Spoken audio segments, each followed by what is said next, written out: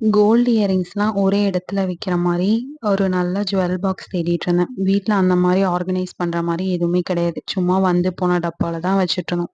So Flipkartல இந்த ஒரு jewel box earrings மட்டும் வைக்கிற மாரி இருந்துச்சு. எனக்கு இது ரொம்ப பிடிச்சிருந்துச்சு.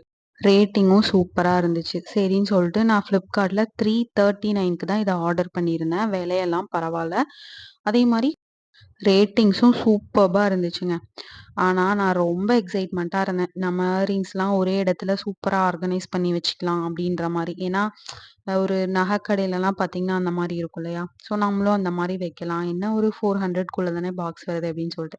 நான் முன்னாடி ஆட் பண்ணியிருக்கேன் பார்த்தீங்களா பிக்சர். நான் எப்டி ஆட் பண்ணியிருந்தேன்னா, மேல வந்து கோல்டன் கலர்ல அதாவது ஒயிட் கலர்ல கோல்டன் ஒரு லீவ்ஸ் மாதிரி போட்டு டிசைன்ஸ் பிளஸ் உள்ள வந்து பார்த்தீங்கன்னா, ரெட் கலர்ல ஸோ வந்து நம்ம கோல்டு ஷாப் போனோம்னாலே அப்படிதான் இருக்கும். ஸோ உள்ள வந்து ரெட் கலர்ல இருக்கும்போது, நம்ம கோல்டு வைக்கும்போது நல்லா எடுப்பா காட்டும்.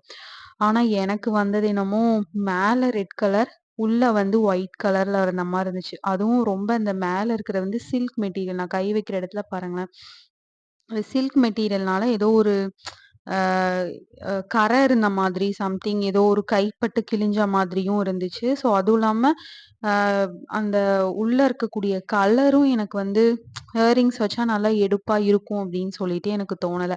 ஸோ என்ன பொறுத்தவரைக்கும் இந்த பாக்ஸ் குவாலிட்டி எல்லாம் ஓகே. பட் இந்த மேல இருக்கிற அந்த சில்கா இருக்குல்ல, ஸோ அது மட்டும் மாத்திருக்கலாம். லாக்கெல்லாம் சூப்பராவே ஒர்க் ஆச்சு. நான் கேட்டிருந்த கலர் குடுத்திருந்தா 5 அவுட் ஆஃப் 5 குடுத்துருக்கலாம். இது வந்து 3.5 தான் குடுப்பேன்.